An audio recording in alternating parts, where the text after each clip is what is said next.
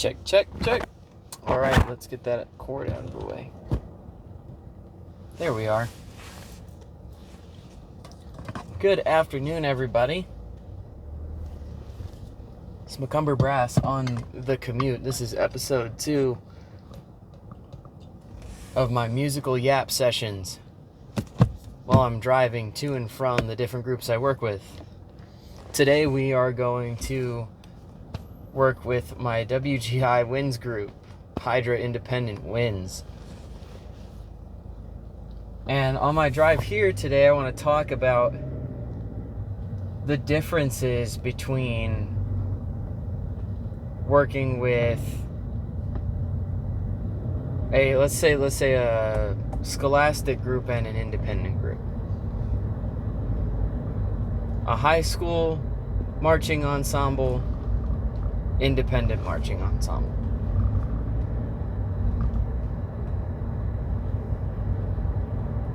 Because my overarching philosophy on the marching arts and the education involved in the marching arts is that it's not that different.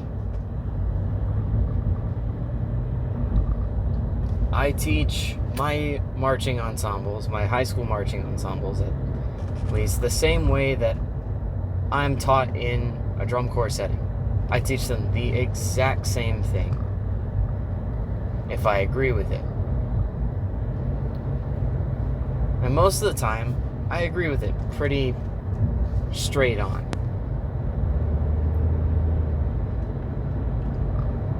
So I've always said, drum corps and marching band, they're not that different. They aren't. But there are a few differentiators. Number one, and I think the one that I'm still getting used to, is that the floor is higher in an independent group. You get the better musicians from all of these different home programs, or you at the very least get the most dedicated and aspiring musicians. So even if they have a lower floor as a performer when they first join your group, they wind up surpassing everything just because of how dedicated they are.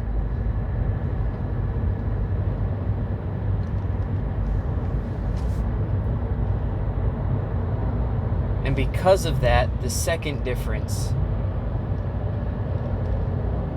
with the high school ensembles that I work with, it's getting everybody to the same skill level pedagogically, versus in the independent group, when I don't have as much of that gap, it becomes, let's get this entire group at the same skill level musically, and that is largely the only thing for me as somebody who's on the music staff to worry about. And honestly, with this group, I don't have to worry about too much. It's just that they have a book. It's a fun book, and I'm really jealous of my own players because I don't get to play it. I get to teach it, but I don't get to play it. And I look at that book. I look at the mellophone part. I'm a mellophone player. And I'm like, man, that is such a good book in comparison to pretty much everything I play. I don't have to change anything. I don't have to look at it and say, no, we need that note. It's already there. So props to our arranger. Mike did a great job. And I really enjoy teaching his book because it's good.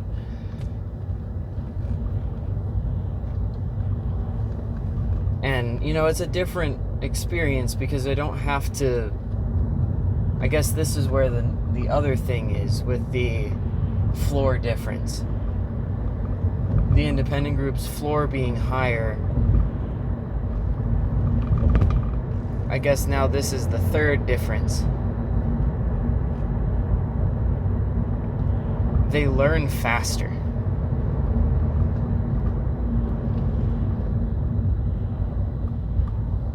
Which I haven't experienced too much of that in my time teaching high school, is that I have a few fast learners in each section, and then I'll have slower learners or the loose cannon kids that are, hyper ADHD or whatever you want to call it.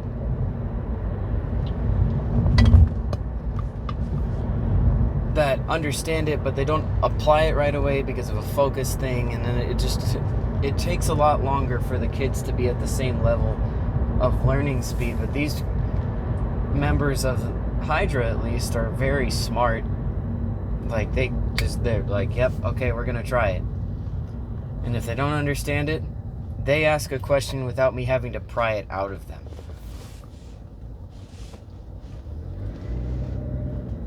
And that's something that when I go back into my high school programs that I work with 3 routinely now.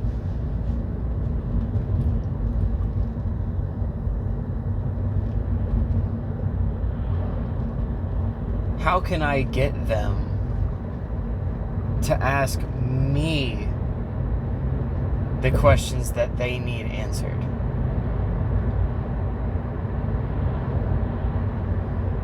Because whether you like it or not, when you're teaching developing musicians, you do in a way have to spoon feed a little bit.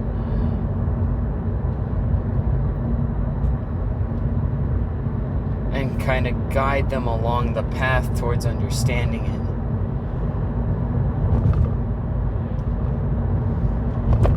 And it's kind of interesting seeing the difference. It's a pace thing. I'm not used to teaching at such a fast pace. And, I wind up our last, before the weather got us, our last sectional, I got through everything so fast that we just kind of sat there for a minute and we talked about other drum corps shows because we had the time, and I felt like we were in a really good spot and that we were actually ahead. And I went back out and I found out that we were a little bit ahead. So it's cool.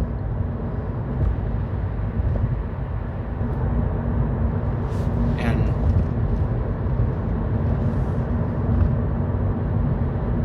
I can't wait to share more content about the group and get you more content about the 2 high school marching bands that I'm going to be in front of. And they're 2 big bands. And it's going to be a lot of fun.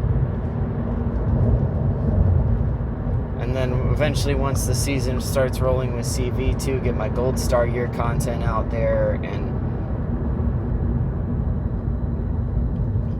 show everybody what it's like to be a member of an all-age drum corps and the work that we do on the weekends.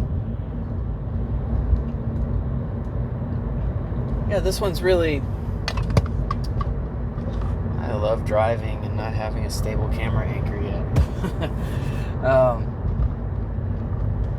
But yeah, teaching with Hydra over the last couple months, and as we go into the thick of the season here, ramping everything up for competitions late February into April.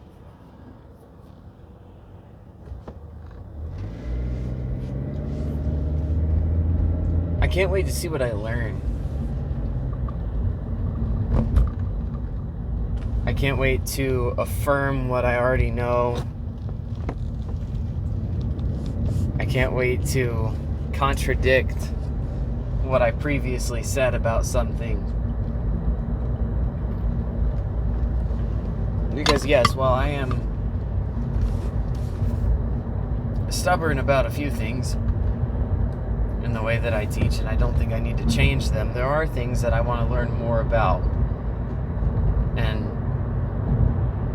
how to teach them more effectively. And it's been very fun meeting these new faces that I teach with and picking my friends' brains about the ins and outs of the instruments that they personally play versus mine. So when I get into my other programs and I have to be in front of tubas, for example, I'll know more about tuba than just the basic brass setup. There's just so many different possibilities, you know? And it's really remarkable the amount of things that, the amount of things that I, one, already know and teach that people I've never met are saying, like, they're saying the same things. I find that really cool. It makes me feel good about what I'm doing if people who are more experienced in teaching independent groups are saying the same stuff. But also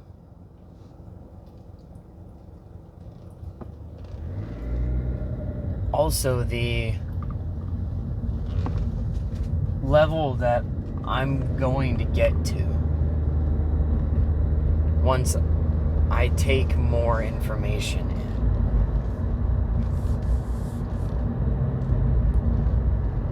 Fill in the holes in my teaching. Learn how to teach my concepts more effectively. I already said that earlier, but it's really something that I want to do to help streamline my group's rehearsal processes and things like that, and watching and being a part of a high-level ensemble, teaching a high-level ensemble, teaching 2 high-level high school groups in the marching medium now.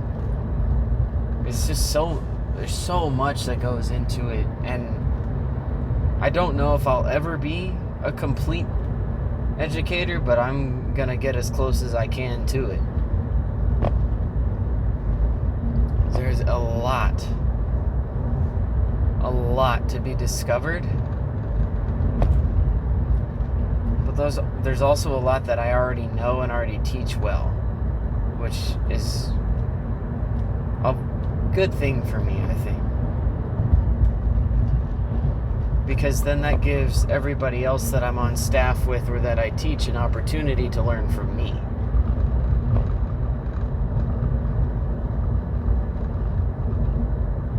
Because once I'm in a room and I say something, somebody will say, "Oh, that was good," or "Where'd you get that from?" or "Hey man, I like how you said that." And it's a genuine appreciation and curiosity. It's just really cool, man. I don't know how else to describe what I do other than that it's just really cool. And I started making content about what I do and started showing off my groups, really my main group that I've had for the last 5 years, because I want people to know how cool it is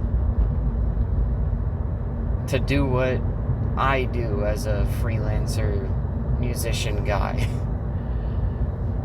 a teacher, but not in the traditional sense.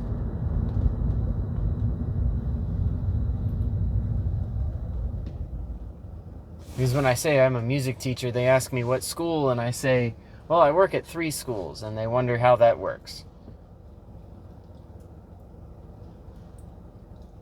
And then it's like, oh, well, I don't get, like, I'm not a public school teacher, and, you know, I go to different schools, and the band director hires me to come in and work with the French horns or the trumpets or whoever he wants me to work with. And they're looking at me funny, you know? So that's really what this channel and all of my pages are, is brass education online for free. You get so much great free information, because I don't think that it should be required for you to have a music degree or be at some crazy high-level school to have high-level music education. So the brass technique videos and the things like that I'm doing are going to be always for free. And the content that I'm going to put out is going to be a huge focus.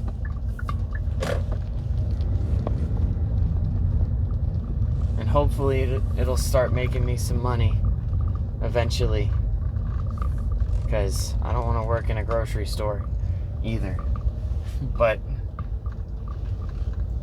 I guess that's beyond what I'm talking about, in a way. And yeah, I think that's a good stopping point for today, because I'm here at the rehearsal site. I don't know.